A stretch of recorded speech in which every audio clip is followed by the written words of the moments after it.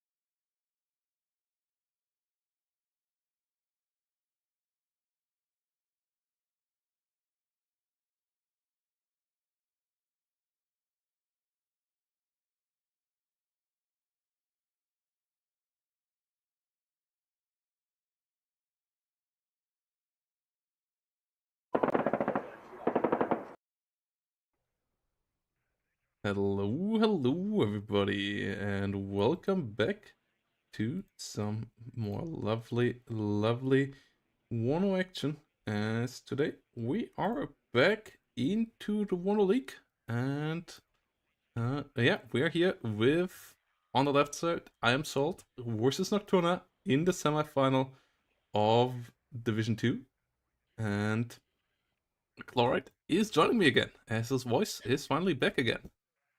Yes, hello everybody. I am finally back from my long hiatus.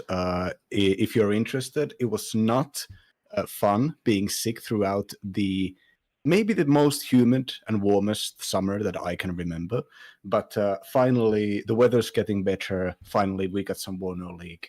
And we're already seeing an opening happening here by I'm Salt, trying to do like a pretty defensive anti-air heavy and infantry light push straight up into the Emma zone, and Nocturna responding with a way heavier attack of 2 Razvedka BMP2s and 2 Spetsnaz. This is a game that could go pretty awry quickly, considering how defensive we see I'm Salt is playing here. Yeah, and we have quite the interesting matchup here with I'm Salt on his typical second fence grenadier, Wild 19th on Nocturna for the other side. We are trying to figure out who is going to be the opponent of Snow Wolfie in the finals. This year is still a best of 3 in Division 2, with the grand finals then being a best of 5. So gonna be interesting to see Nocturna versus Axis here coming up. And there is a prize money for this as well, thanks to all of your support guys over at Matcherino.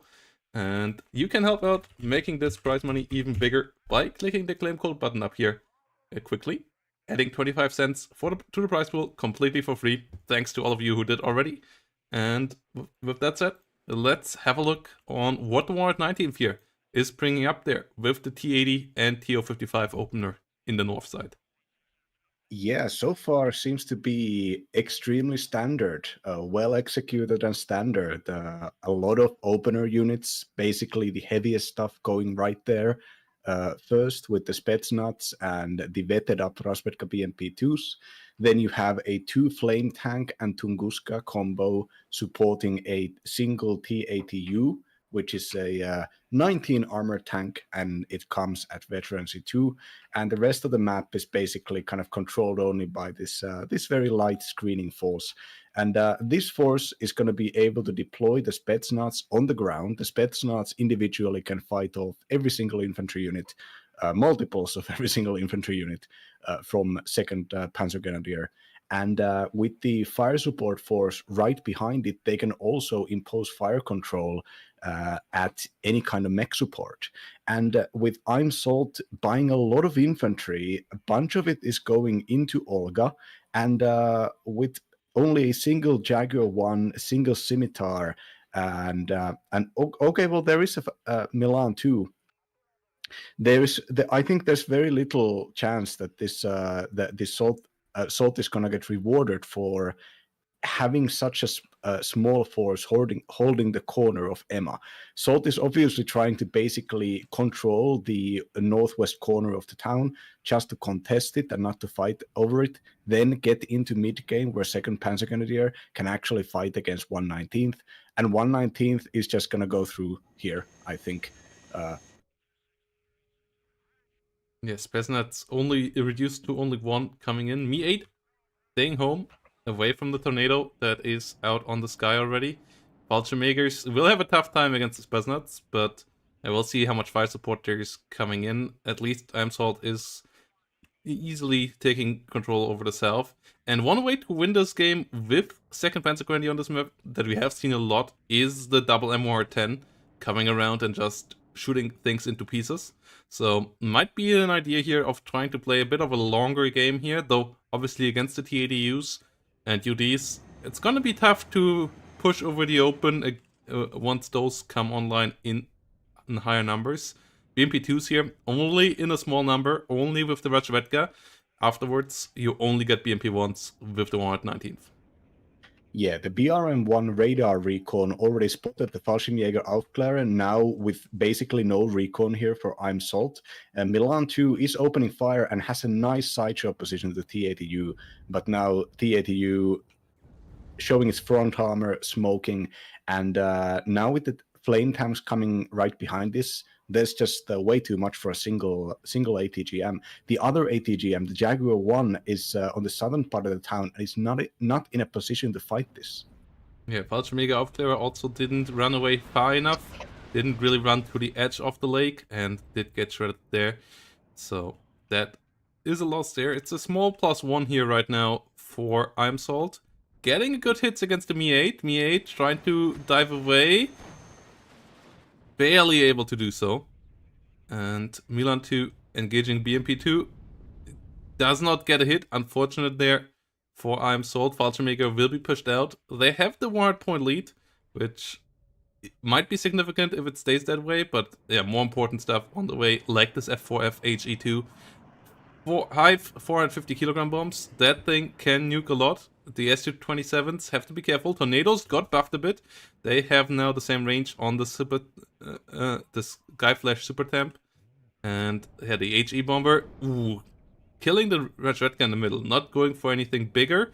TO-55 in the middle though, under attack. Su-27 dives deep, does risk it. Both sides trading a shot there. iHawk can't finish the job.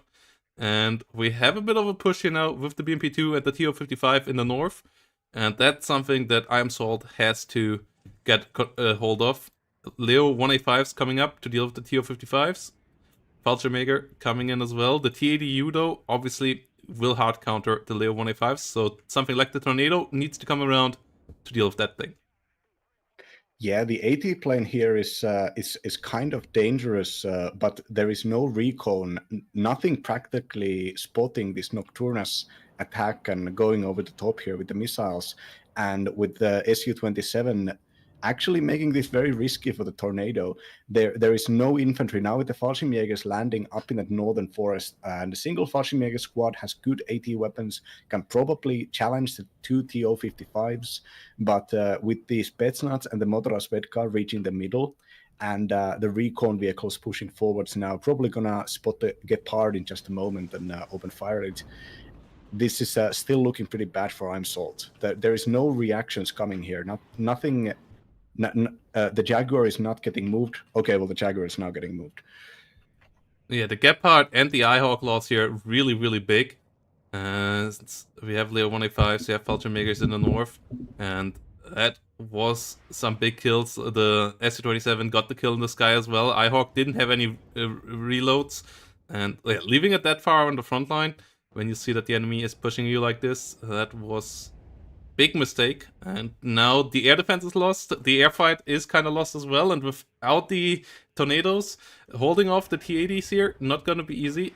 Jaguar is trying from the side. Both Rajretka BMP2s at least go down. BRM goes down as well. So there are finally some successes on the ground. But infantry is low. We only have the Leo 1A5s here.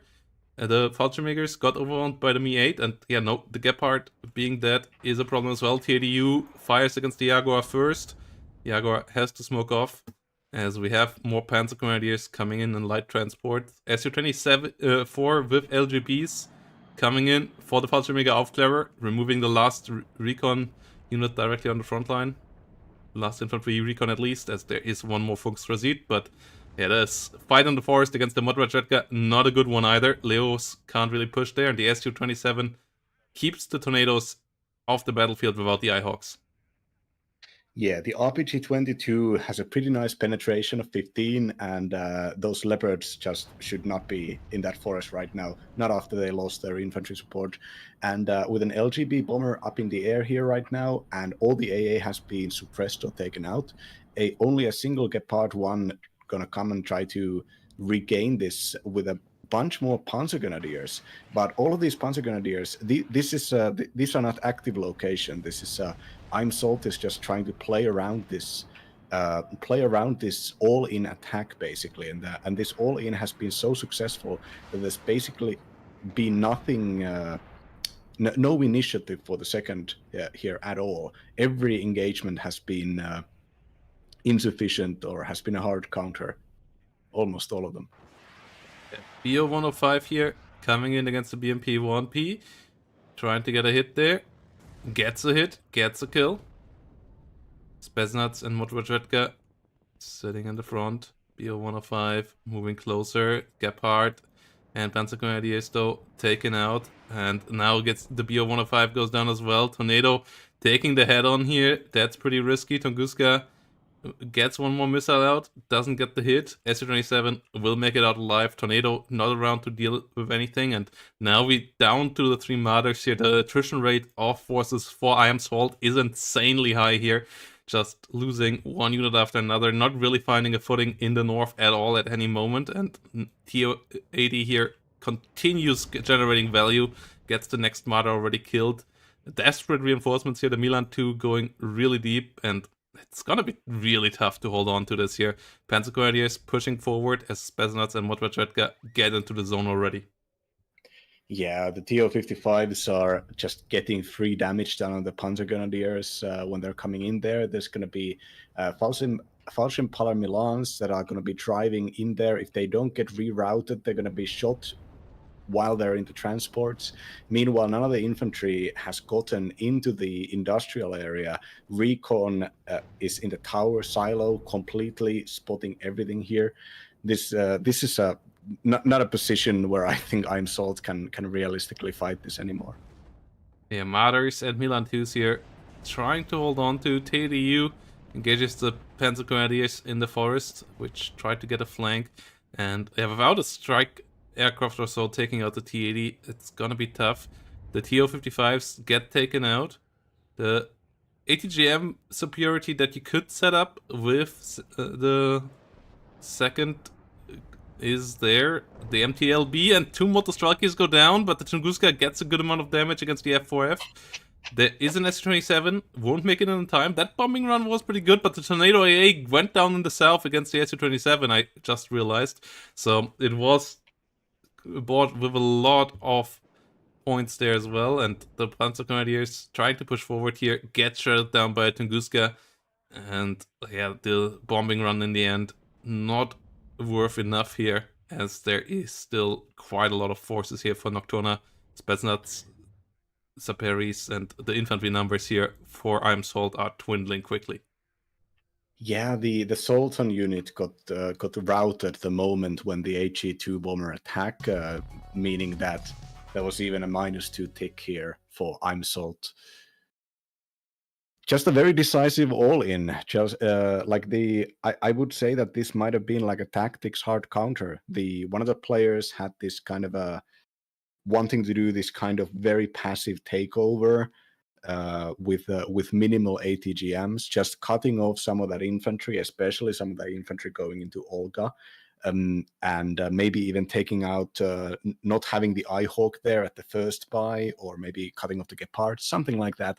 Just get a crossfire with get an extra infantry unit, so that you can 2v1 against the single Spetsnaz squads. And I don't think that was the plan. Like, the plan was not to go for Olga, and I don't think you can go for Olga against the Spetsnaz. Like, the plan is to win the mid game with second Panzergrenadier. No, Olga was the southern town. Emma was the northern town. Oh yeah, or the Emma point found. Like, there's no real point in going for that. Like, the plan of I think was solid. The execution with the Leo 1A5s going into the forest, with too many of the recon getting shot away too easily and so on, like, that was the bigger problem. And then going for an air war with SU-27s when the IHawks went down, like, that's something that you just can't win. You need to keep the IHawks around. Like, that's your ace up your sleeve against the SU-27s and the air. That's where you have the advantage together with your Tornadoes, which are good, but a bit weaker than the SU-27s. And then, yeah, just winning it that way, but the execution here just way smoother on Nocturna's side. Yeah, like an extra Fallschirmparler Milan 2 could have allowed for a crossfire of ATGMs and like positioning a little bit better, maybe 1 or 2 extra recon squads. It felt like the defensive tactic was there, but it just was not executed at all. I think it needed like 30% more units at the very least. Yeah, and well executed push there of the tier 55s. Modredredka doing the job, and the TADU just a pinnacle there of the whole thing, just shredding through everything that it met.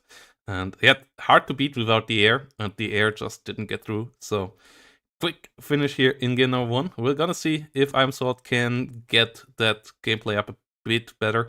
Also, obviously, like the I'm Sword has a lot of games on Second Panzer here, so and you have most players have seen him on Second Panzer a lot, so maybe has to switch it up here division wise because Nocturna maybe hasn't figured out a bit too much on how he plays that division. So we're gonna see what the matchup will be in game number 2. See you all after a short break.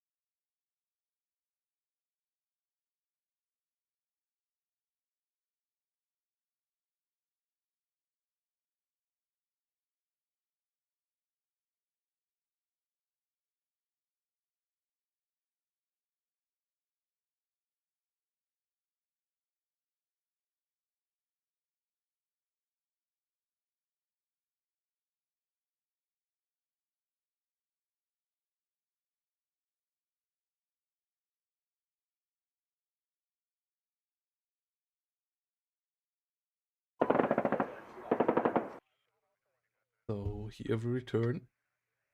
Game number 2. Nocturna up 1-0. And I'm Salt has to bring it back, and it's a matchup that we have seen a couple of times that we have in front of us yet now. With 4th Division versus 5th Plane on the lovely map of Hesse. And I feel like that's a pretty close matchup, with both divisions getting nerfed a bit. 5th Plane being nerfed a bit more, but yeah, we have seen this matchup going both ways as well so far. And I'm interested to see how the Layer 2 opener here now is going to work out, as on the other side, deployment is still in action. Only a couple of AMXs coming up. But what do you say to this opener of I Am Salt so far? So far, I think this is also pretty rather standard. The non-standard part here is the M113 CNV recon vehicle opener defensively to hold against the enemy. First of all, there's like a bunch of those units because they can, as a group, they can fight off an AMX-10.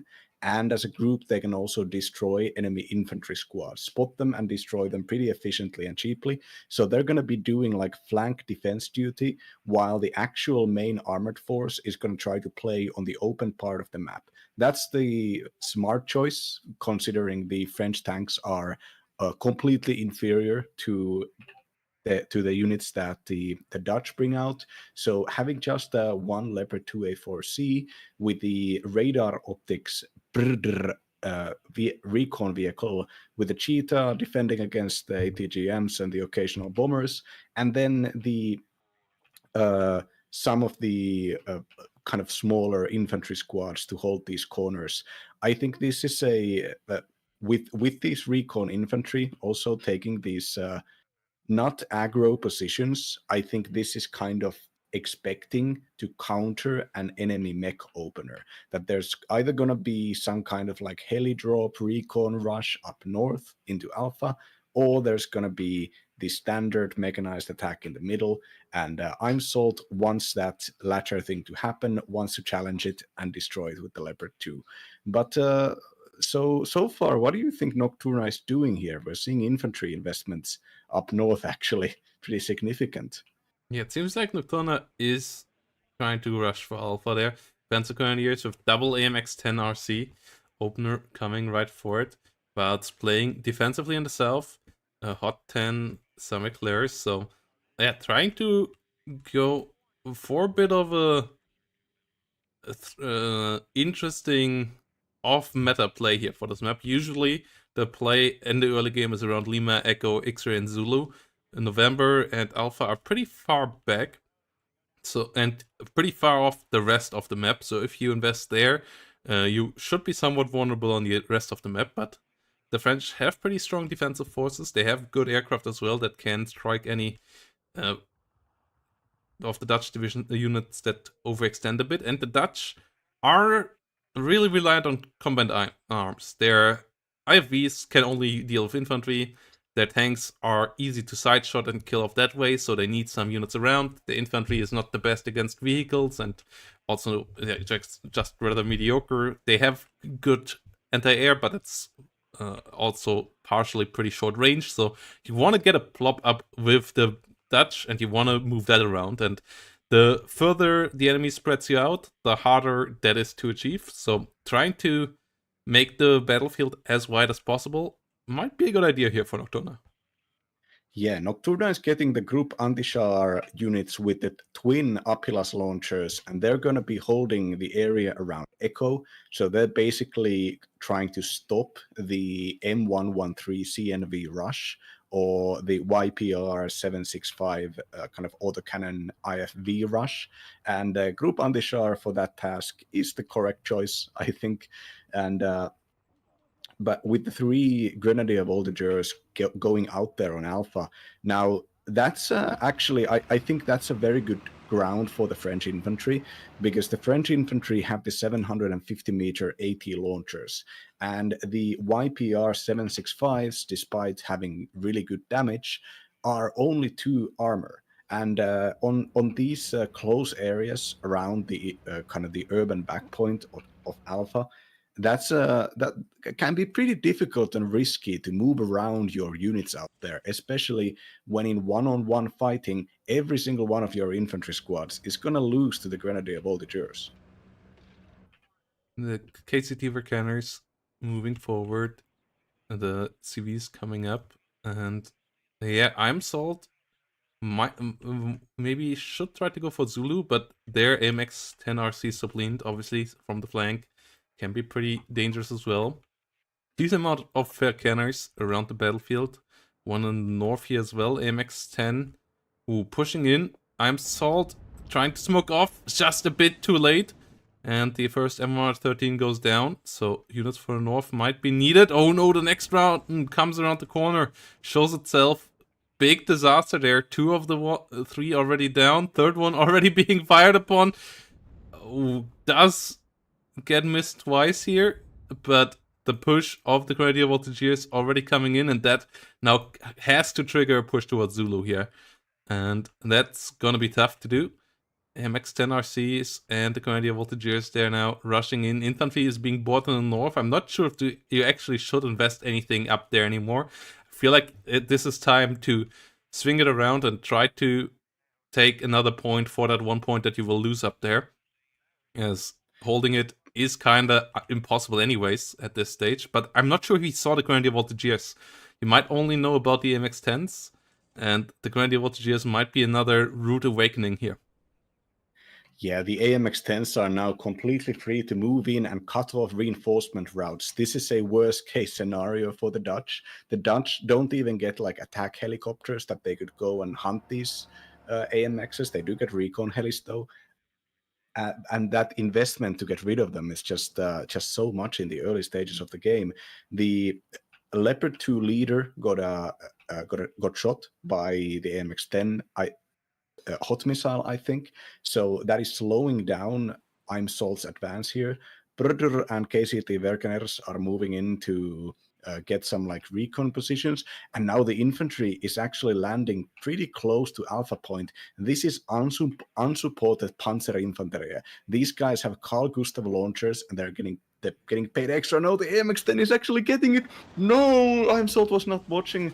Oh no. Yeah, Panzer Infantry there, running into 3 Grenadier Voltigeurs, and the situation up there pretty rough. And the driver reset. No, not computer too slow. Just the classic issue with the drivers. MX-10 RCs of the Int coming around, and yep, the French situation here is pretty rough. Roland 3 gets the kill around. We have the Eclairs coming around, YPR pushing forward, Wheeler A coming around, and MX-10 RC engages the TOW 2. Tough situation here. The Leo 2s have to fight back. Get 1 kill. Can they find the Grenadier Voltage, the anti-char? That would be big. They can engage the anti-char, but the anti-char can engage back. Oh no! No. Miss Micro there, Leo 2A4C goes down, and the Leo 2A4B is in mortal danger there as well. Another group anti-char coming around, and they get the kill, and oh no. Absolute disaster. Both Leo 2s going down here. Oh, this is... There's 4 infantry squads going up, trying to capture back the north, but even 4 infantry squads here with the VAP supporting. GGVP is called, and yeah, this was a rough opener. The Leo 2s were not allowed to be lost there. Like, up till that point, Imsalt actually got some decent kills back. Got the MX-10s, got the Roland 3 and so on. But this double loss there just swung the balance too far. Those 2 units were essential for anything coming up in this game, and without them you can't hold the south, and they had the French just running rampant there. And with that, we had a really, really quick first series of the day. Nocturna going in here with a 2-0 victory, and with that, making it into the finals here of the Division 2. Yeah, especially the first game was like a box standard 1/19 all in, and where every engagement went pretty well. But I think in the second game, I think Imsalt kind of messed a few things up. One of them was the M113 CNV buy for the northern defense. There was a recon unit with a good AT launcher that was put into a position, a suboptimal recon position, but very optimal position to catch the AMX-10s coming in. Unfortunately, it was in a wrong part of the block. There was basically a coin toss whether that one was going to get the AMX-10s, and that coin toss was lost for Imsalt. And so there was no spot, there was no delay, no attrition. and every single engagement with the M113s went badly. The engagements happened just a few meters outside of their gun range, and then with the completely superior French infantry, the counterattack attempts were also not gonna work. There was the only way to outgun that French attack would have been to have the mechanized YPR infantry en masse, which then would have to be protected against the French tanks, AMX-30s, which means there should also be Leopard 2s and Leopard 1s. And at that point, you might as well just keep buying those Leopard 2s for the part of the map where they function better. And as you said, it was really the rerouting of them to go further up north to attack the middle, and then the group Antishar being so immensely powerful with, like, even without the penetration, they have really good rate of fire, really good range, and really good suppression. So if they just open fire against your main battle tank, your main battle tank is probably getting routed. And those two leopards were so close to each other that the first salvo suppressed and like stunned both of the tanks. Without that engagement, if they would have just kept going east, I think the recon advantage of the Dutch could have actually kept the French in check pretty well for until Yeah, the but mid-game. they had to get rid of the MX-10s on their rear line, and so moving up the Leos North made sense. Just they were mismicroed there, but like the group Anticha was not instantly in range. They could have kited them a bit better, but yeah, underestimated the range there, I believe, a bit of those big Apilas, and yeah, they just deal nasty damage, even frontally against the Leo 2A4B. It's still 6 or 5 damage per hit. It's still a lot, and you get killed off quite quickly there, especially with the double fire. And yep, that brings us to the next match of the day. We're gonna go into Division 1, into the last remaining quarterfinal of Division 1 that we haven't covered. Bendover versus ProKommy. So let's get ready for that. Quick break, and then we're gonna be back.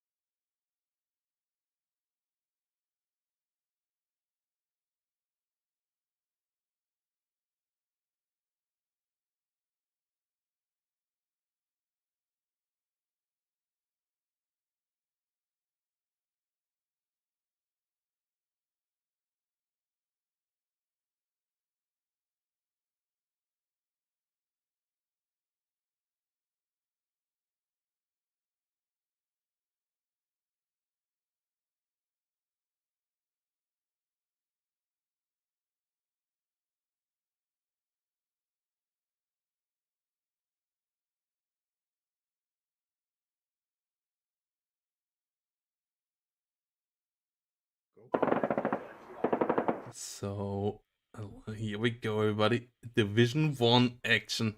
The final quarterfinal of Division 1. And it's a best of 3, not a best of 1. And it's Bendover versus Procomi.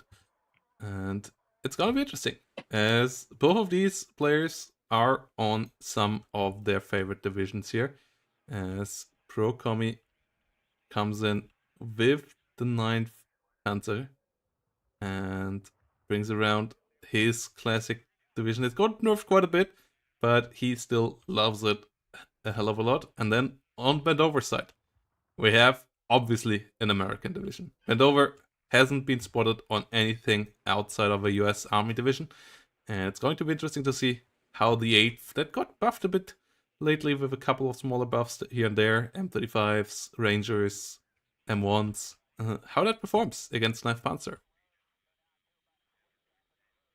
Yeah, I would say that against 9th Panzer specifically, it occupies this pretty interesting situation where it has both the tanks and the infantry and the kind of opener with the LRS Spec Ops Recon that it can technically like has superiority in all departments, but it lacks a proper build order. It lacks proper tempo. It can basically only win with its superior units. It doesn't have a good a balance. A how would you say this in English?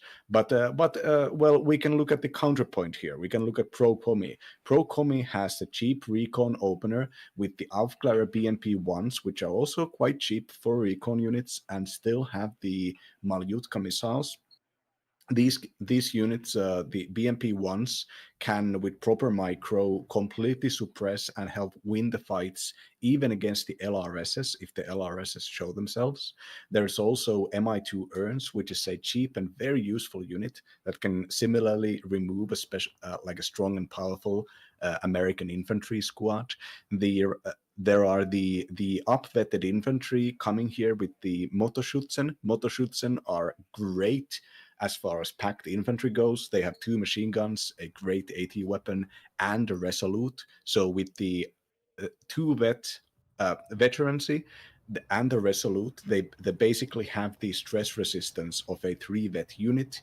And none of this stuff is overtly expensive. The T-72 Move is one of the cheaper ones that you can get, actually the cheapest one that you can get with 9th Panzer. But we know that ProKommy doesn't overuse those units. It doesn't use the cheap stuff to do the task of the expensive units, does not try to have the zero bet recon infantry like take ground or anything like that. And Bendover is kind of gonna get forced into playing aggro with superior units that may not have the proper tools for the proper price. Okay, we have the LRS coming around. We have the M3A1 Bradley, 2 M1 Abrams, and the M1 Abrams, they have the advantage in this matchup when it comes to range and when it comes to speed, and that they have to use effectively. They also have a bit of better accuracy and rate of fire, but when it comes to penetration and armor, they are slightly behind, or the T-72 even. And they are the more expensive vehicle, so you really have to use those speed and like range advantages that you have. Otherwise, you're gonna be in trouble. So this is going to be interesting.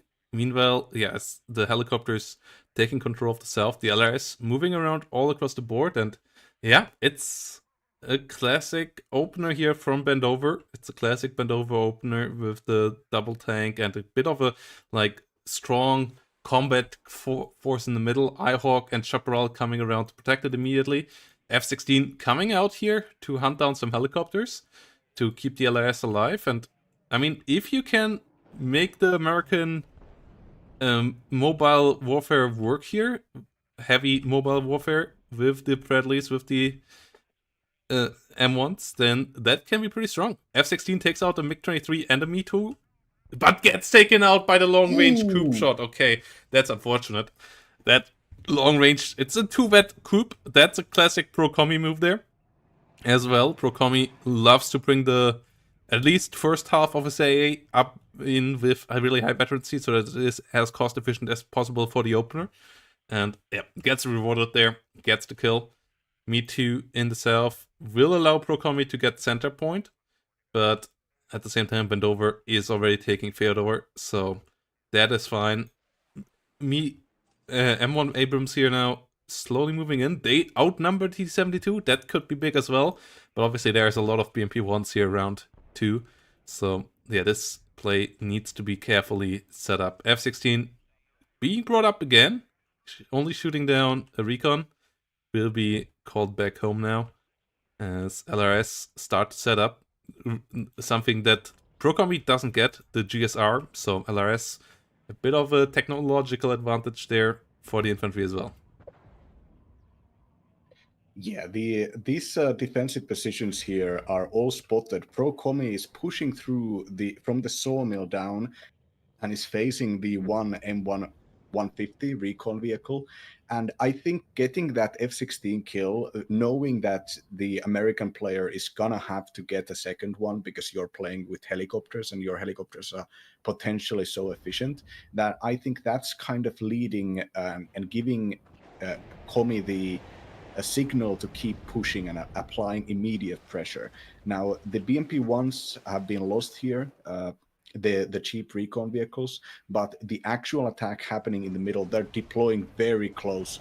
The motorshoots are deploying very close to the Abramses. Abrams is not in the greatest position, just a little bit of micro hit, and it goes just taken out by the AT plane with two rocket plates following it. This is what I was talking about, those cheap solutions. These are 155 point units, and you can use them to the F-16 goes down again. The Coupe does it again. And the S-22 will survive. One went down, but the F-16 goes down. The IHawk at least did survive as well, but yeah, the kill on the M1 in the middle is big, and now there is no mechanized warfare there to really stop the Modschützen and the BMP-1s from rolling forward. The M1 in the south did fall back to get away from the plane, and the Chaparral getting shot down there as well, meaning that you don't have a chance of killing anything else. The Me Too just being able to gun onto some TOW2s here. Yeah, the more expensive combined arms backfiring here for Bendover right now.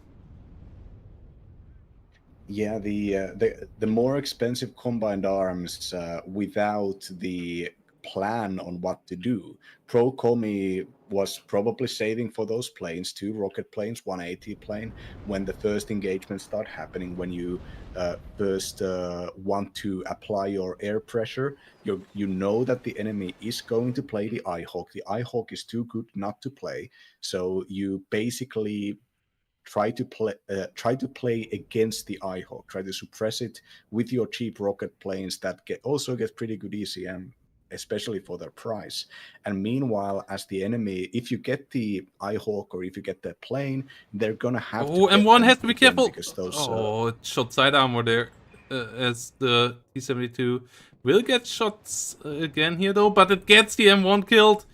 M1 there with the mispositioning.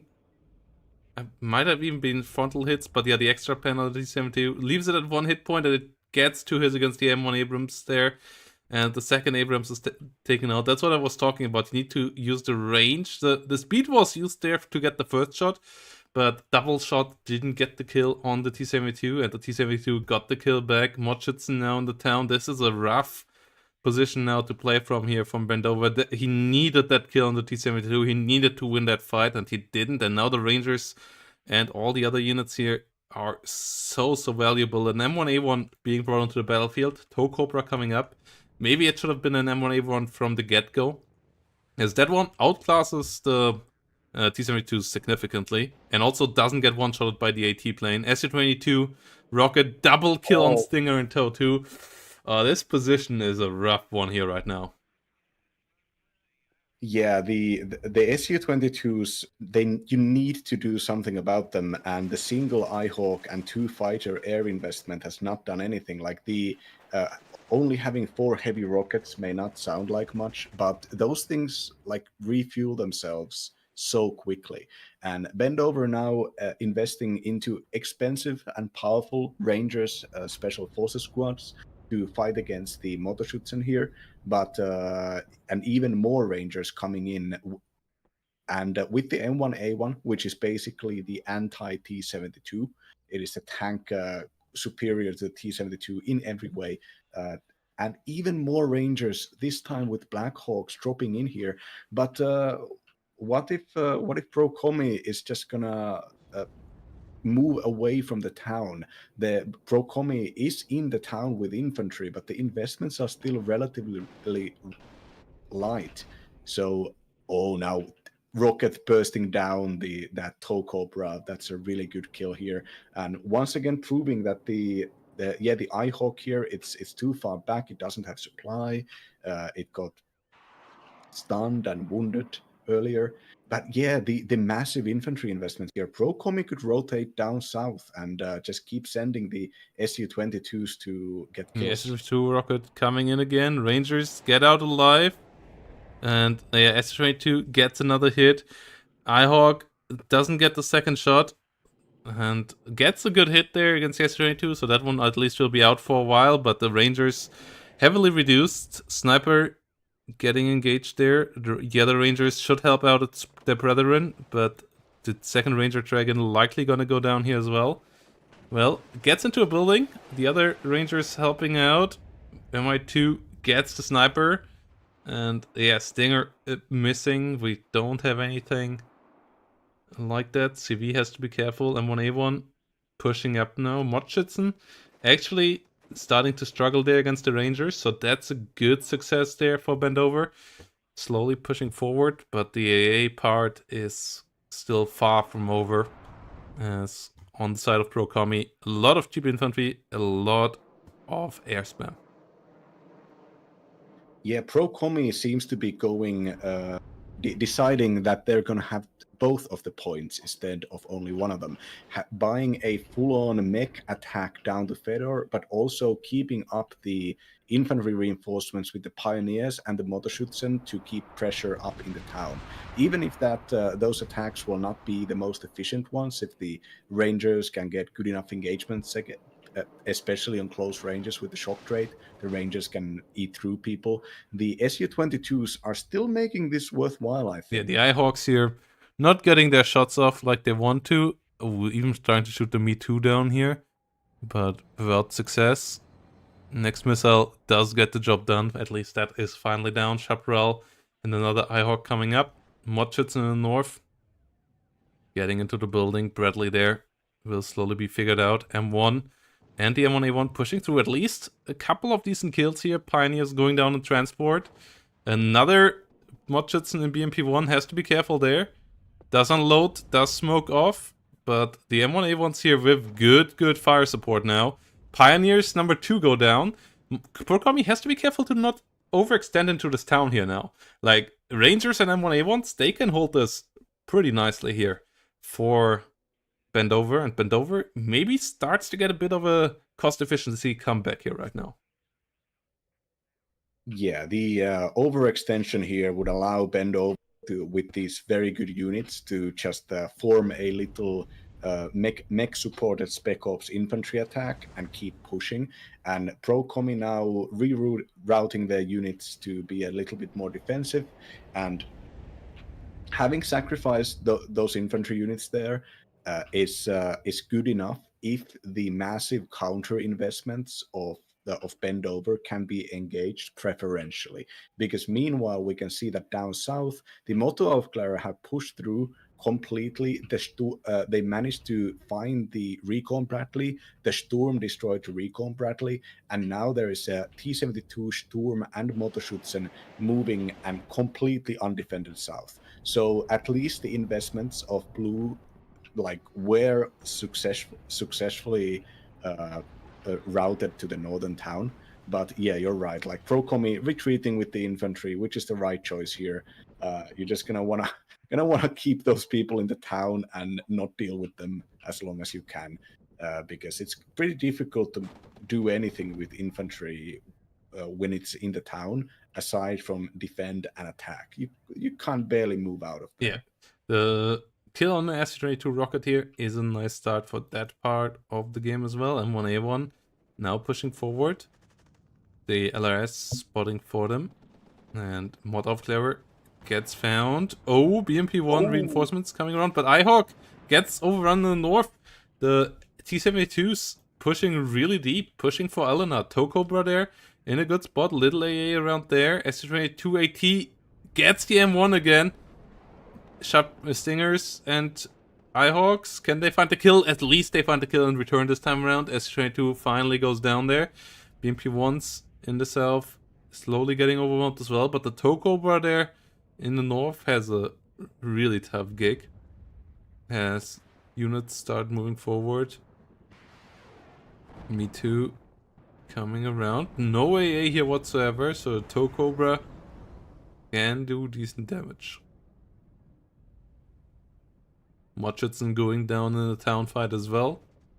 And yeah, big push here by Procomi trying to get through, but the helicopter's doing a really good job, and Procomi really starts to hammer away some units here. Yeah, the coup getting in there and just getting the Tokobra could mean so much. This could just be the overextension from Procomi that turns this all around with an A10 coming in here. And as we saw with the SU-22, the defender has the AT plane advantage. The defender can sit in cover and wait for the bad stealth tanks to move out there. And now with the A10, having momentary recon advantage, and going against the doing coup. A good job, gets the coup killed. MiG-23 coming around. Seed plane, Wild Weasel helps out. A10 will survive. Wild Weasel likely gonna get out as well, but the MiG-23 there is lucky as well. Shilka gets shut down by the Wild Weasel. Good kills there for Bendover in the skies. Tokobras can move around, and the hold in the north with the helicopters with the A10's pretty big, but not quite finishing off the MEV. T-72S still around as well, so there will be more pressure towards Elena from our player in red, but so far it's surprisingly good hold seeing how the early game went here for Bendover. Yeah, Bendover has the LGB plane up now, and with no infantry or air recon, only a Bradley covering the roads. The LGB. Oh no! Wait, no. The sniper is still there. Oh, this LGB is gonna be a value here. Bombs have dropped. Bombs find the T-72 MEV. Can come around for one more target here. What is it going to be? Oh, SPW. Bombs are dropped. CV will eat it. CV did eat it. F-111 can get out. Can come around another time. And the patrol does hold nicely. LRS and Rangers moving around a bit as well. And the SPW, yeah, gets killed. Pioneer destroyed in the south. Ranger Dragon moving slowly up a bit as well. And yeah, it's an okay spot here now again for Bendover after a lot of crises, but obviously still an advantage for Procomi position-wise, as they just have a good bit more of the map. Yeah, I think it can't be overstated how important that lack of anti-air there was, and how the helicopter and A-10 and the seed attack completely froze Kommy. Now Kommy has a fighter here, which is the fastest way to support any kind of push to the front, and the fighters for 9th are not great. There are 3 coups coming in to keep this attack going, and compared to Bendover's 2 iHawks and 2 Chaparrals, but there's still just so very few things actually attacking for Procomi, and Bendover is gonna get the initiative here, I think. Rangers are in a bad engagements up north against a tank and against some Motherschützen, but infantry reinforcements are going to be pushing towards the sawmill up northeast. And with the Chaparrals and the M1 Abrams, they can follow and support the Rangers if the Rangers want to go to Boris. So my immediate prediction here is that Procomi is going to keep up doing the attack into the back point Elena, and Bendover is going to counter it by counter-attacking Boris. And oh no, the A10 got by the Cube, and the MiG-23 follows it. Hawks, And this is not able to get the kill there. A10s and MiG-23 both make it out alive, but Shilka will try to block out the Toe Cobra around Elena. Bradley still around there. M1A1 engaging the Mod Aufklärers together with the Rangers, getting into action there. Mod Aufklärer goes down. Rangers maybe can push a bit deeper. Coop has to retreat there. Won't get shot by the M1A1 in time. As in the same time, BMP1's in pushing through the south. M113 Dragon gets a good hit, gets the stun there with the 50 cal, keeping up damage. Mag Rifle Law and M113 here keep on pushing. Seed Plane gets a Shilka, but gets hit by the Coops, so it will be out for a while. 213 points for blue, but Fedor and Elena currently under pressure. Yeah, the sniper got accidentally destroyed by this Fagot transport, which is very important to keeping Kommy's units safe in the backline. And Bendover has now behind the AA two M1A1 Abramses. One of the infantry squad's reinforcements were taken out, but with the existing Rangers, the Stingers, and the Toe Cobra, there is probably enough units to push towards the northeast, but it's very difficult to get recon information from that without sacrificing a Toe Cobra. Another A10 coming in here, and it's probably a decent enough choice looking at the unit situation down south. And with the Wild Weasel can trade against the Coops pretty effectively. And the A10's armor, it can eat up a shot, you know. Yeah, Wild Weasel A10 combo has worked out quite nicely so far. Coops obviously now being mic shot by Procomi, not gonna be hit that easily once more. But at the same time, we have Mi-24s moving around. We have 52mm artillery piece coming in for Procomi, and Procomi still having a really good hold between Feodor and Elena. Just needs to get a CV into Feodor eventually, and there's SPW40 is on the way here to achieve that. Whilst Bendover needs to get a bit of a mechanized force around, maybe some tanks set up here. We have a Kev actually coming in, so yeah, currently only the two M1A1s, but that's obviously a pretty strong combo.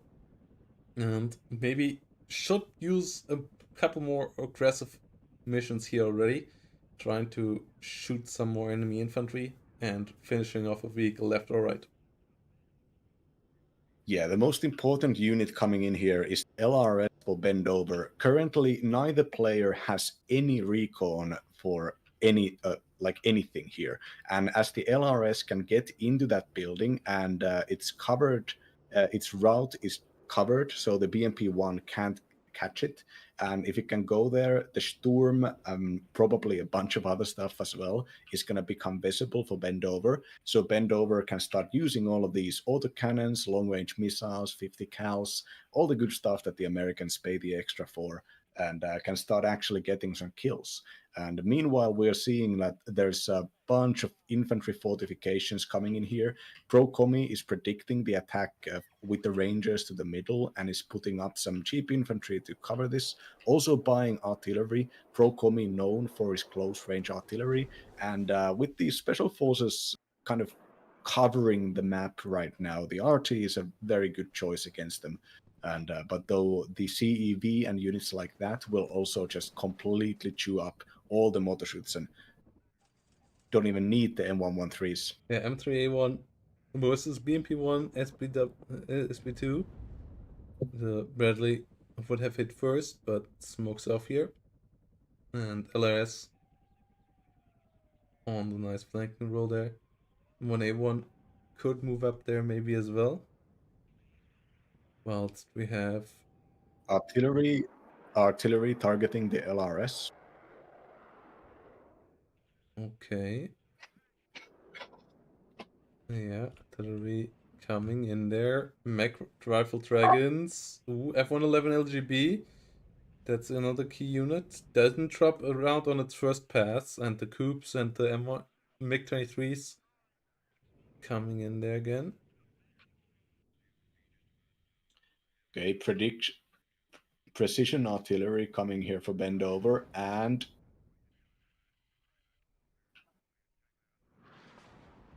oh wait, it's not a wait. No, it is precision But artillery. yeah, the 152mm not quite doing the job. MiG-23s are annoying, especially with the F-16s being shut down earlier. Rangers and military police patrol moving around, trying to get some damage done in the middle, but no fire support there from the M1A1s because they don't quite trust go that far.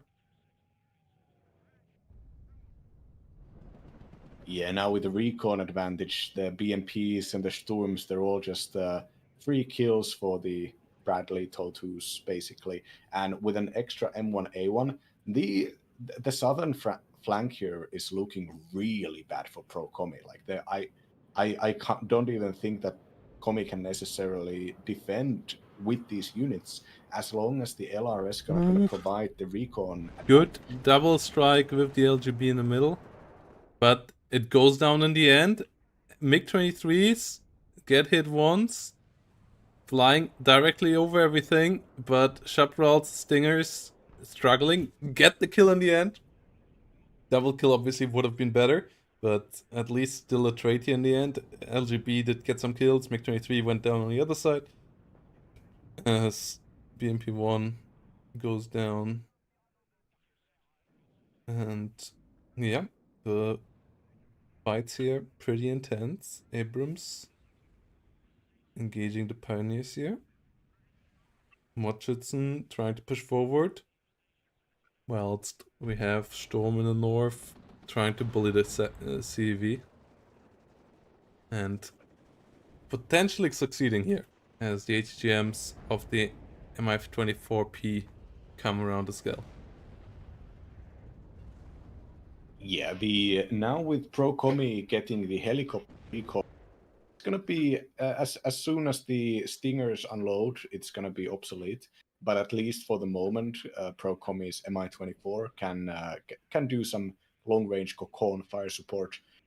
Meanwhile, the fighting line that is getting built here for Bendover is just so much more powerful. There's a bunch of M1A1s. There's a standard model M1.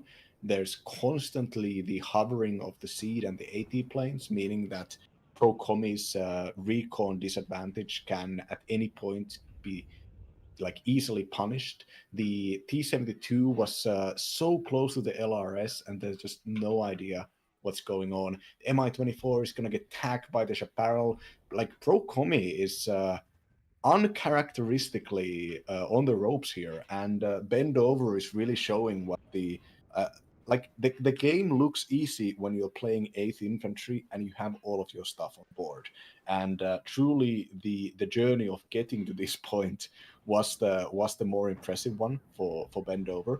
And but I don't count ProKommy out. You should never do that. ProKommy is still taking +2, and has a history of being really good in these kind of passive build-up games, which rely a lot on the composition of your air attacks, on constant like micro of artillery, and also using expendable units to manufacture yourself the engagements you want. Though I can't really believe there could be better possible engagements for Bendover with the LRS, all the fire support here, and just the front line of tanks. Yeah, Wild Weasel actually goes down. Coops have to be careful here, though, to not get pushed by the M1A1s. They are pretty open. The T-72 M1 has to be careful there as well. M1 Abrams gets the first hit. Both sides there trading blows, though. M1 Abrams smoking off. We have Mech Rifle Dragons coming along. Those are Dragon 2s. They have actually pretty significant damage as well. But the T-72, they're doing good damage. Motschützen in the building don't get gunned down quickly enough. M113 there going down. And the Bradleys and M113 M1A1s here finish the job eventually here. There we go.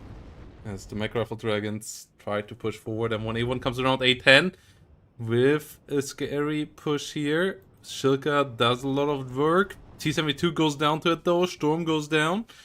And yeah, the question is, can 8th get critical mass here to actually achieve a breakthrough here in the middle? Igla suppressing and doing damage to the Wild Weasel is very crucial here. Every moment that the Weasel can be up in the air is a moment Bendover can basically abuse their technological advantage with the Cobras and the planes and the LGBs and the A10s. And the coup micro, the aggressive coup play here was pretty nice from ProKommy. ProKommy obviously wanting to taking risks to get rid of those units because it's already enough of a problem to fight against the growing squad of M1A1s in the middle. You can't also deal with like the constant removal of your tanks. Yeah, the artillery doing a good job there. Ihawk goes down, but so do Mudshoots and BMP-1s on the other side. As we have big MR10 guns now on the battlefield. It's still a +2, and it's only 12 minutes, so Bendover might have to have an eye on how to stop that tick relatively soon here. Otherwise, that might become an issue, as 300 points, that's still doable, but you don't want to get it up much further than this. M1A1 sitting around. We have a good amount of T-72Ss coming in. Those have the long range severe missile, so they can hold the M1A1 at arm's length, but in a gunfight, they are inferior to their American counterpart. Yeah, but currently Bendover has full recon of all of this, and ProKommy has zero recon of anything. Even with the Moto Aufklärer up in the front here in a kind of defensive recon position, but now with the M110 firing at the house where the recon was, and TOW2 coming from the shadows to destroy the Aufklärer BMP1. Now ProKommy is moving forwards with the BRM just behind them to desperately try to get them some targets, but Bradley CFV gets a second shot off, and it's going to the front armor and misses. M1 Abrams opening fire here, and no sight of the LRS yet. Oh, S3A1 Bradley and M1A1 need to move back. Good engagements there. Okay, T-72S and co engaging here. M1A1 with a good side position there. Mech Rifle Dragon goes down, but a lot of tanks here. Getting on top of the T-72Ss of Procomi. One already goes down, and M1A1 could hunt them over the field as well. And obviously, Bendover doesn't know how little there is behind us. They don't have the perfect vision we do, but we know they could just hunt down these T-72s here now and get the kill, finish this off, and then maybe flank through Feodor, maybe going towards Dimitri or so.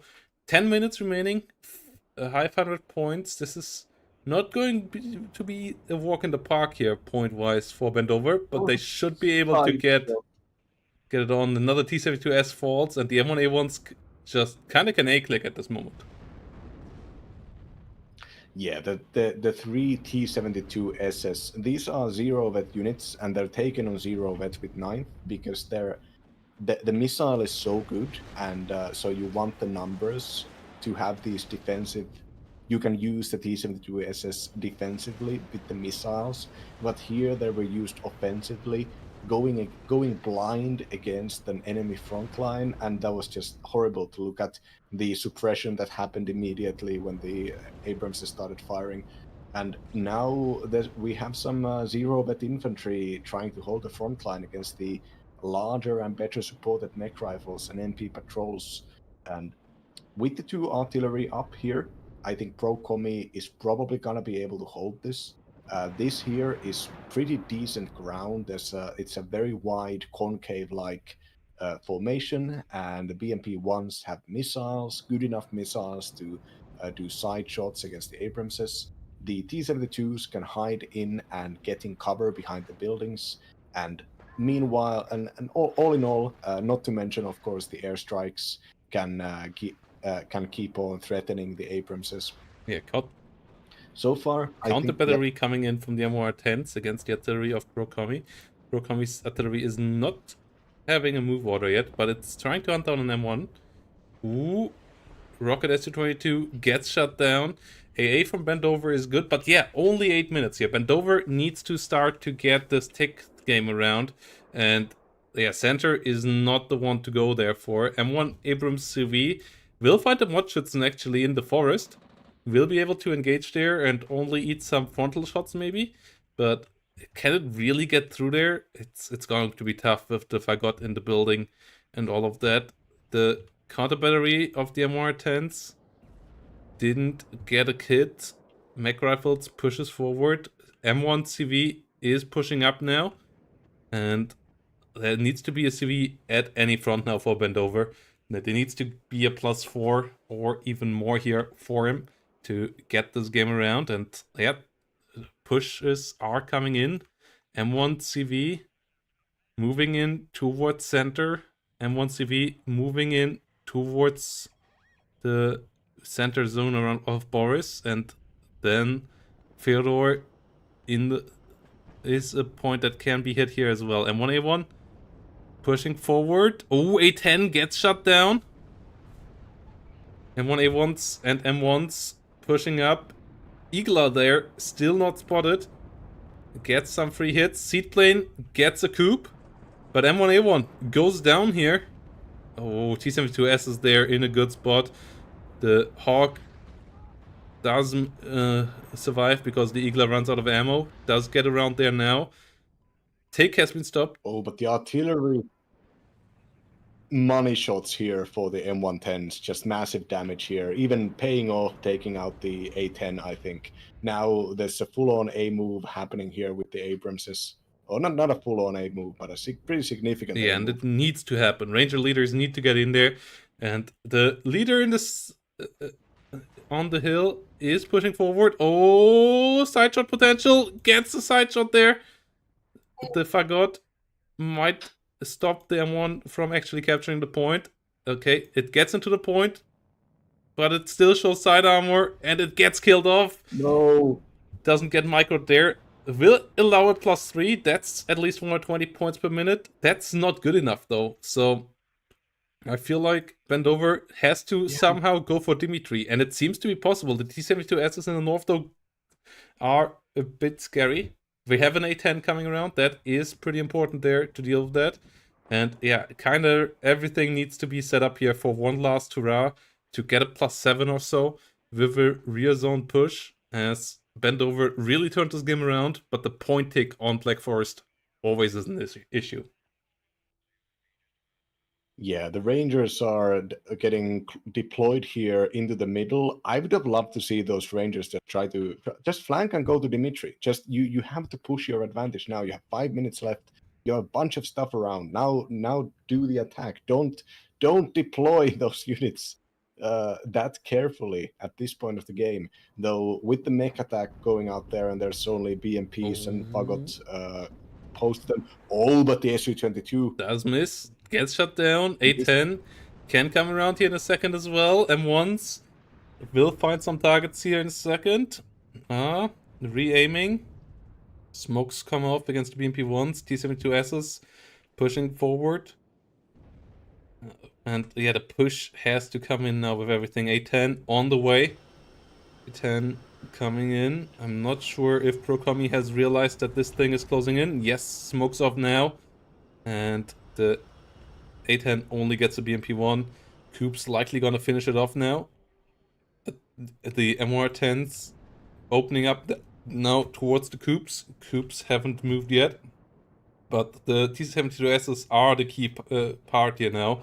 M1A1 gets hit pretty hard by the 152mm as well. Might even go down there. It's pretty low, and it's only 3 minutes 42 now. That's the big issue.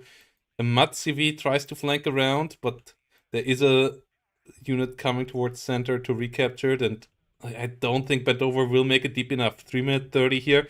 And Bendover now really needs to get it moving. M1 moving through the town. M1 at 50 next to it goes down. M1A1 and M1s are all pretty low. There is a full one. Well, there's two full M1A1s that are not moving here right now. And this is really the A-click moment. I'm not sure what's happening there with those units. I feel like Bendover might not quite know how far ahead they are in the trades, and that they kind of can do the A-click, but they have to do it, and they had to do it like a minute or two ago.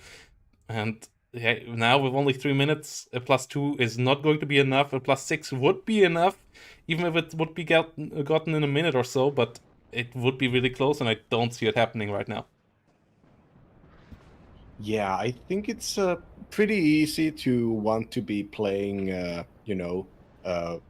want to be sure when going late game against ProKommy, but there have been so many moments here when Bendover has just kind of been lollygagging and not really having the initiative that the kills and amazing trades that they got, especially in the mid game, would warrant. And now these forces of ProKommy that are currently fighting, these are reinforcements from that for the units that already lost fighting for these same positions. And there is the Mat CV going up north here. It is a fun last-ditch effort, but really, I think there should have been like multiple different last-ditch efforts with all of the tanks. Maybe it's just that when you're playing and you're so concentrated in not losing all of your expensive units, it just you stop watching the clock until it's too Yeah, maybe late. people should play with alarm timers and start at 40-minute and with a 30-minute timer, with a 35-minute timer, so that they really recognize when there is 10 minutes left, when there is 5 minutes left.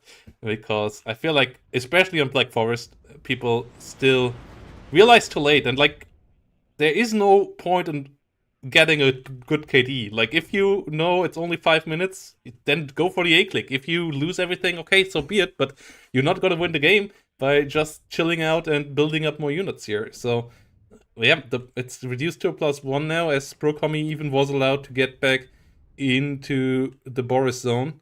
And with that, it seems like we will have game number 1 going to Procomi here. 40 seconds remaining, still 200 points between them, and even the M1 here is getting shot, as the M1A1s in the north, they never got into the good positions, and yeah, it's a shame here.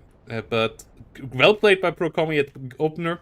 It was a really cool comeback from Bendover.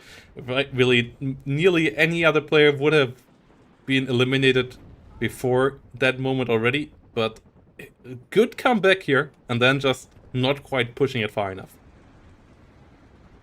Yeah, I think it was really like tactical victories versus strategic victories.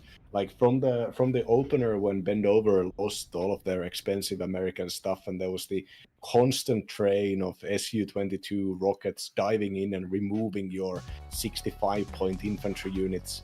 And that, I think, that kind of instilled in Bendover. Bendover went on full on 8th US mode, just constant micro, constantly building up, get all of your stuff on board, get 2 M110s, get all of the iHawks, get all of the planes, get all of the A10s. They went through the motions, but they went through the motions so well that they managed to completely ruin ProKommy's overextension, exploit ProKommy's loss in the southern front, and then just never really got back into those strategic goals. And I think it really is the horse blinder effect. You know what you're supposed to do playing 8th Infantry versus East Germans, and then you just do that and you lose. Yeah, GGVP here. Well played by both players. Proto for you under attack. And I'm really excited here for game number 2, because this one was a close one in the KD, really showing that Bendover absolutely can get the game on here against Procomi. I'm excited to see what they can do, if they can maybe find a bit of a better opener in game number 2, and maybe can make Procomi bleed here in the second one. it seems like both are on equal footing. So quick break, guys, and then we're gonna be back with game number 2.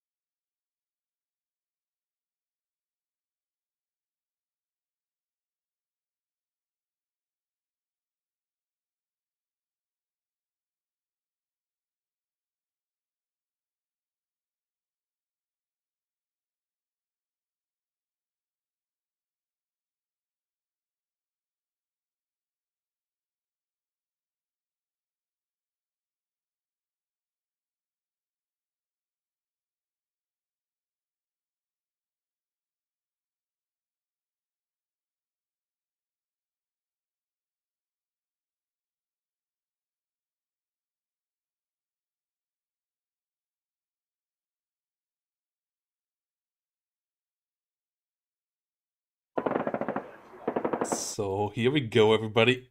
Game number 2. ProKommy up 1-0 against Bendover, and we are on Mount River. And we are here with Div1 and 6US. Before we jump in, a quick shout out to the Matcherino page, guys, where all of you can help out funding this lovely little tournament, and to show you off what these guys are already fighting over, as we already made it through 2 stretch goals thanks to your support, guys. $319 on the line, and you can help out making that even more by using the Matcherino link in the chat and clicking the claim code button to add another 25 cents completely for free to the prize pool. And all you have to do is click that button up here after logging in into a Matcherino with any social media connection or account that you created, and just add 25 cents immediately. And thanks to all of you who already did. Larry and Dotspy here coming in as the last 2. We already went through the first 50 codes, and we are currently on the way halfway through the second 50 codes, and much appreciated there. guys. That's a lot of nice free money here that will be paid out to one of these two players already. As the fourth place will get some money as well, and one of these two will be that fourth place at least. Procomi, one map away from getting into the semifinal. Bendover still two, and Bendover coming in with a hot 6 US here. I'm interested to see how that will play out here on this map, though I feel like Div1&2 is currently the division of the hour. It has a lot of stuff going for it, including a good AA tab, and that is a big issue for the 6 US. Yeah, so do you know who picked first? Bendover, probably, right? Yeah. So basically, Bendover is getting locked down here by his Captain America role, because Div1&2, as much as we have in this game right now, might be the anti-forward deployment, anti-airborne division. And 6th US is, despite having like one card of recon tanks, is still pretty much a very powerful airborne division. It relies on airborne, it relies on air. And so what the legions of the Belgians get is they get the Volvo N10, which is the fastest off-road truck, by the way, at 75 kph. But with that Volvo, they also get iHawks, and they get the M115 Long Tom World War II era artillery, which is currently completely busted due to somebody in Eugen leaning on the keyboard. And they also get an amazing infantry tab with the, first of all, the reservist paracommandos getting transported in the Paramorgs, my favorite unit in the game, the Unimog Para. And this is objectively more powerful than the non-reservist paracommando in MNAD. They also get the Chasseur Ardennais, which is an interesting pick. I don't see that as often. And then they get the massive, is it 10 or 12 man reserve infantry grinding units. And all of this supported by large amounts of cheap trash mech, like we're seeing with the armored cars here. All of this is basically like the perfect counter against an airborne division, without the kind of trappings that you can have playing something expensive, where the airborne division can start the game by trading up against you. Yeah, the way for 6 USC, I believe, has to go through the air and the helicopter tab. But it's not an easy way, as there are Mistrals on the other side, there are iHawks on the other side. You have a fantastic seed plane, though, and you have a lot of aircraft in 6 US. But there is no way to win this game without that. Like, you have strong special forces like the Navy SEALs and so on that you can use. There are some good units there for sure. And yeah, Div1&2 doesn't have the best fighters. The Belgian F-16s are pretty lackluster. So if you can control the ground AA, you have some chances there to maybe deal enough air damage. But for that, you obviously first need to get the game to somewhat stabilize. And Humvee Tow already going down, and Tow 2 here being a bit overkill against the FN APCs coming around. LRS there under fire as well. Tow 2 gets gunned down by the heavy artillery as well. Heavy artillery already switching target as well against the LRS. And whilst at least in the north, the Navy SEALs and the M48 Recon here doing a decent job so far. Unimog maybe getting a bit too close there as well. 40mm getting some good damage there. LRS disengaging away from the 203mm artillery. And Airborne Dragons there holding out nicely. But yeah, the situation against all this light spam is not going to be an easy one. Yeah, the middle engagement here, the long tom, the vetted up long tom, the cheap and efficient infantry, and the fire support blob with the scimitars and the FN4 RM64 armored cars. All of this is just it's the thing you want to have against these few big expensive American airborne units, and an Eagle actually getting bought here with a Corsair HE dropping in, but those units were quite cheap. Corsair does get gunned down. And The Eyehawk gets the hit against the Eagle as well. Elite iHawk. 70 accuracy elite Eyehawk. Oh my Yeah, the Eyehawk is the target that Bendover needs to go for now, but you don't have any real mobile forces to really do that. MR at 13 already pushing forward. Bendover at least is doing the right thing currently with the pressure in the north, but ProKommy is also doing the right thing and evacuating the Eyehawk further back to the rear. And getting that bomber plane is such a big strike, not just because of the trade, but also because it reduces the snowball. And the snowball is such an important part of the air gameplay.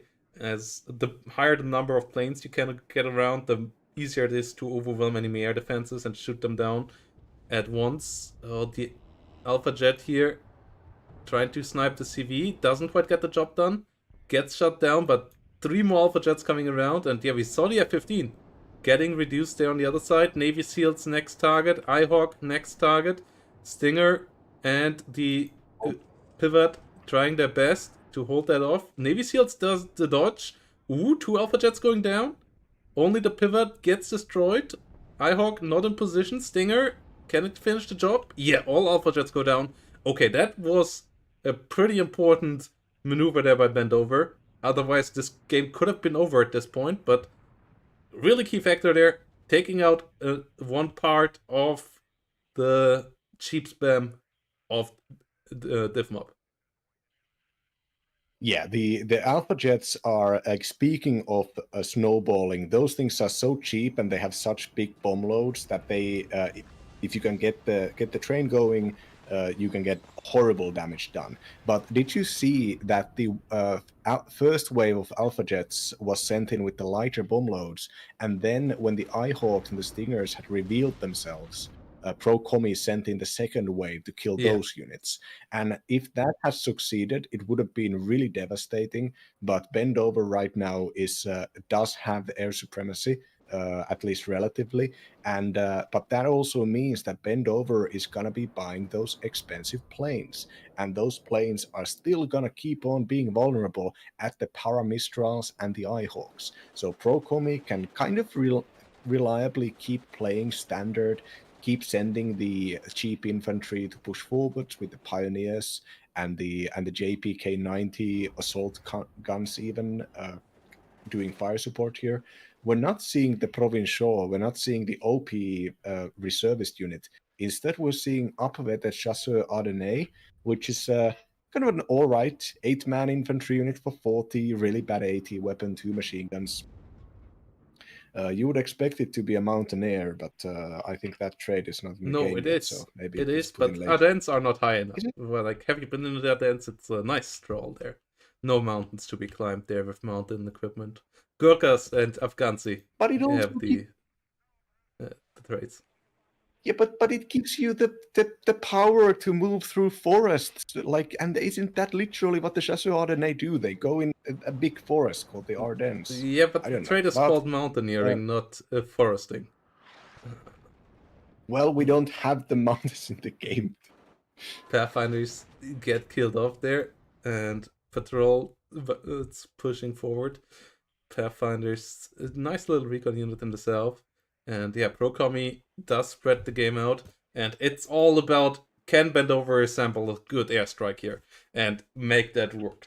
Like, that's what we're waiting for. As all the other small games here, he did maneuver decently with the Navy SEALs, doing a good amount of work around the board, but he is falling behind. Like, Div1&2 just can't bring out more and more, and yeah, the Div1&2 Iltis push here is coming in nicely, and it's gonna be a problem to try to deal with that. Yeah, so far no like massively decisive events happening, but on the board. But if you zoom out, you can see that the units reinforcing for ProKommy are very aggressive. You have Special Forces Recon, you have cheap mech spam, and you have up-vetted units generally. And then for Bendover is getting like ITOs and AA teams and Navy SEALs as well for the front line. But really, once again, initiative is with ProKommy here. And ProKommy having 2 long-term artillery pieces out here, one of them taking out the big supply chopper, very important to have that Eyehawk's ammunition be limited. this is Bendover is kind of in a position where they have to attack because the enemy has the fire superiority with the 203 Yeah, you millimeter. need to strike that somehow, some way, and that's the really tough part now. So the air play has to come in here now eventually, with a seaplane, with some bomb strikes, and with some good ones, so that you don't lose all that much out. That you can bring the next strike relatively quick succession. But I don't quite know where to go with it. Like, yeah, 6 US. This is not the map where they can make it wide and awkward for the enemy, where they can strike with the Navy SEALs against singular targets, where they can use their Humvee toes to shoot down on the flank. This is a map where they have to go with their sheer air force strength through the middle, and it's not an easy one to do that on. So yeah, it's gonna be tough, especially with these pretty busted 2-vet 203mm artilleries that just can aim so quickly for the caliber. And also, yeah, 120 points currently. Pretty nuts when it comes to the price as well. Okay, here we have it, a three provincial units coming in here. These are 40 point, 12 man, 2 machine gun, bad AT weapon, reservist infantry with only the reservist rate, not the militia, so outperforms KDA easily. And it deploys in the M75 AIV, which is the predecessor of the M113, but also completely stats-wise superior to the M113 for some reason. Anyways, provides very nice fire support. If a 12-man squad is not enough, you also get a 50 cal, and the transport is not even reservist itself. Yeah, 155mm artillery here. Yes. Striking back against the SDRA-8. Not able to get the kill. LRS go down as the 203s keep doing the job, and they're really the big problem here now of Bendover. And Bendover needs to find a way there, either with counter battery or with airstrikes or something to try to kill them. He can spot them with his Recon A10s, but yeah, affording that air spam right now is not easy, and I'm not sure if he even has bought that many planes yet, but I feel like you need, like, that's the only win condition you got here. So not attempting even that and just trying to play a standard game against Div1&2 here is kind of suicide. Yeah, the Bendover has bought two 155mm howitzers here, and those howitzers are like pretty all right against what ProKommy has here. But with the upvet being busted for the long toms, the long toms have such a massively bigger fire rate and lower aim time compared to the zero wet M198s. And so if it's going to be a counter battery fight, the Belgians are also going to win that one. Yeah, artillery gets the US AF, the YPs push forward, IHawks in trouble. There are no real tanks here. For Bendover has to do it with helicopters now, but loses supply trucks that want to go to the Navy SEALs and loses the position here. Gets a Jagdpanzer and seaplane comes in. Oh, but it misses and it gets shut down. Oh no. Oh god, this is so unlucky. The Prowler is such a high ECM plane. It has such a good. Oh no. Oh, the Prowler not getting the kill against the Eyehawk there and dying to the double Mistral shot. Oh, this is a tragedy of maximum scale, and I feel like this is game because you can't afford another one of these right now. Oh god, this is just painful now for Bendover. This was the moment where you try to get the air spam in online, like, yeah, getting the kill on the Eyehawk, then bringing in the cluster bomber for the north, trying to swing it around, but that's not going to happen now. Anything that comes in will get shut down by the Eyehawk again, and that's just kind of game here because your ground is falling apart. It needs the air, and yeah, where is the bloody Air Force? It's nowhere.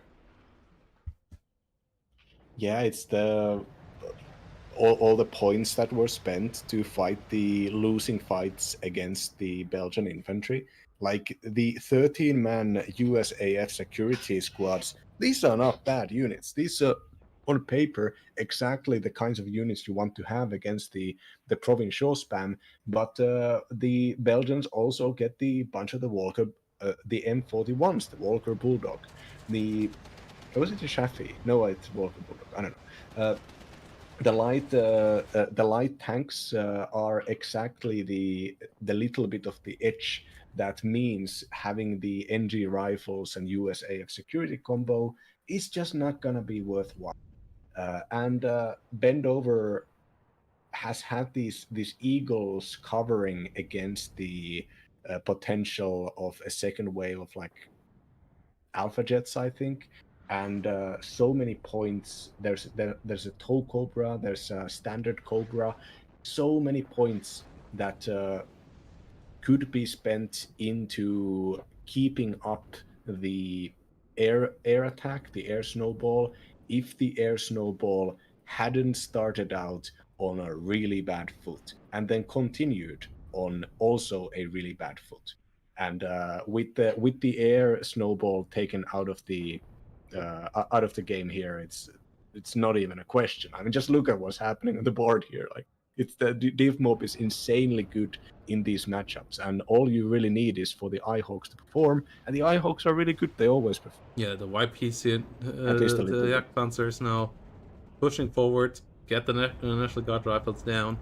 M577 CPC goes down as well, and this is a great position now to be in here for Procomi, and there's basically nothing that the 6 US can do at this point. Like, the airplay was the thing that needed to work out, and with the seat not getting the iHawk, it was not enabled. And without it ever being enabled, there's just no game here. Like, the Navy SEALs did their job really, really well. They did hold out as long as possible. And yeah, DivMob currently is really, really strong in these matchups. It is OP in that case, and it likely will get some nerfs eventually, but it was not banned here. Like, Bendover, unlike the player on the ranked letters, can ban map divisions, so he did leave it open and picked 6, and yeah, then you have to be ready for a fight like this, and it didn't quite feel like Bendover was ready for this. Yeah, it's we've seen so many like kind of reservist trash old unit spam divisions in this game, and so many of them are just not valid. But it really is the combination of the iHawks and the overpowered artillery, and like a pretty decent bomber tab with the clusters coming in here, the anti-helicopter F-16s, and then also having like the Mistrals and the opener with the Paramogs and the forward deployment units. Just so many good tools. And like, if you take something like 157, the Soviet reservist division, and you give it a forward deployment infantry unit that comes in a forward deploying support vehicle that has Milan 1s and 50 cals, absolutely 157 would be going on top of the ladder pretty easily there. Yeah, now the airborne dragons here are just a perfect like sign of this fight. It's a 70-point unit that has the Dragon 2, which is a good AT weapon. It is powerful in its own right. It has 2 machine guns, but for 70 points, the Belgian player can have like 2 of those light 30-point armored cars, and if one of those armored cars gets under the minimum range of the dragon, then the airborne dragon just can't shoot. It's just gonna Yeah, die. A10 here got shut down as well. Bendover trying to do some flanking in the south, but the A10 gets shut down by the bad F-16. The artillery pieces here really are the biggest culprits in this whole game. They just smacked any concentration of forces, and they make it so impossible to really set up. And currently, they're impossible to keep up with when it comes to artillery from the other side, as they are just too cheap and too high on veterancy, and with that, too fast in reload, too fast in aim time. So you can't just dodge them either. And they have a really job well done here by Procomi, using a division that, yeah, is pretty on par with what we had in the past with KDA. Like, people kind of forgot over the last years that it doesn't take much for reservist divisions to actually be viable. And people were like, "Oh, Eugen gives us another reservist division, and that just means more useless divs." Nope, reservist divisions absolutely can be solid.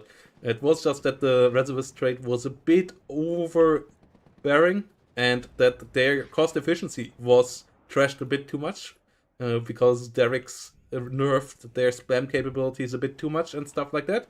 And now, with a division that has the spam capabilities and with the reservist change, the divisions like this can be absolutely back again. And obviously, this one needs to be nerfed a bit even, but the other divisions absolutely can learn from this. And with a couple of small buffs, something like 35th US, KDA already is back in my eyes. 157th is highly overlooked in my eyes. You said it might be OP. I think this division actually is OP as well, but nobody plays it currently on the ladder because people haven't quite realized how strong the reservists in 157th are and how strong the T55s there are currently. But yeah, it's a different victory here. Yeah, there was something I was gonna point out here. Oh yeah, do you, like, a lot of people don't remember the times, but KDA used to come with Spetsnaz and Spetsnaz OP. Oh man, do you remember Yeah, those I loved them. times? I was there. Oh, I was so bad. It's the worst division to play against. I played those days, and the KDAs didn't have reservist trade back then, so they were just even more OP than the Provisioners ever could be here. And I played a heck of a lot of Mnet back then. I played a lot of TKS back in the day as well, when they were having a bit of a better opener still, with the AMX10 still being stronger and the Green Berets being a bit cheaper and stuff like that.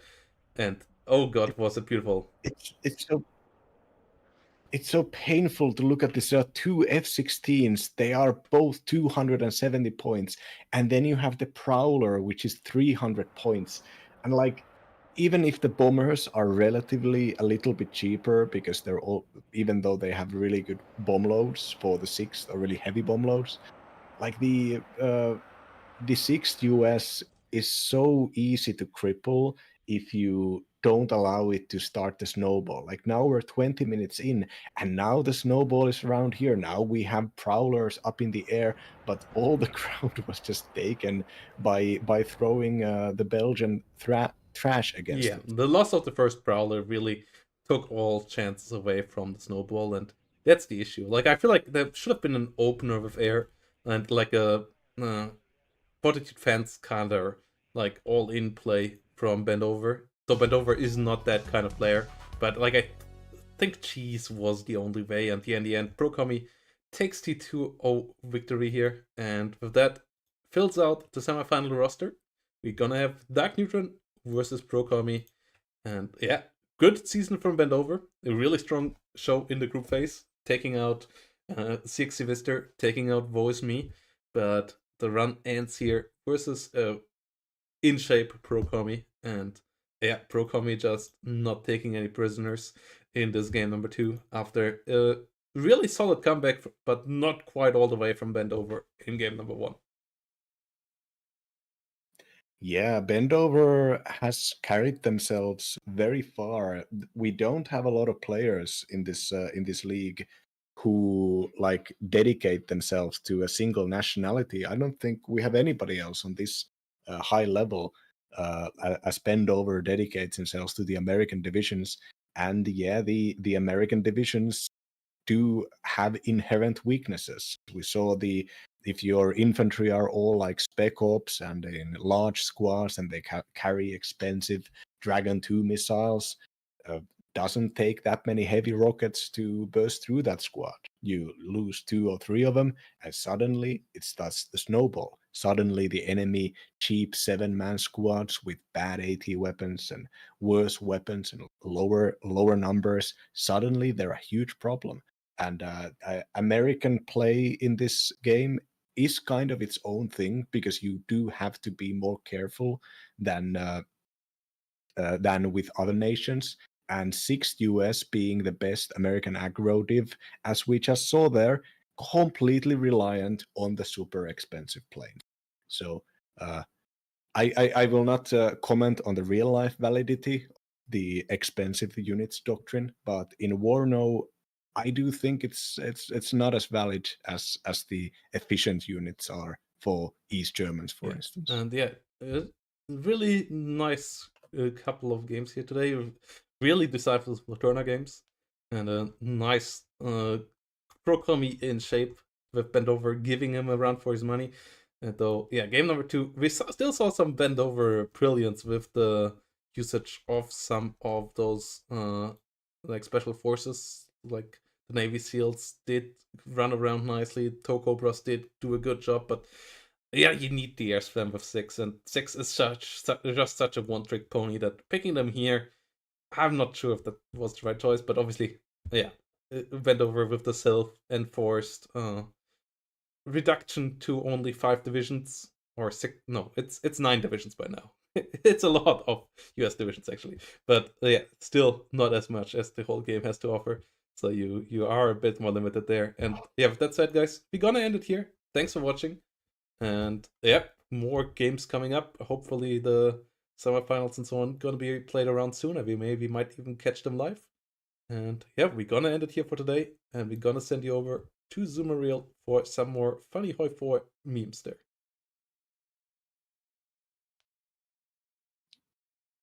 Is this a funny Hoi 4 memes like My Little Pony, or like well, you know, the other Hoi 4 memes? It's somewhere in between. It's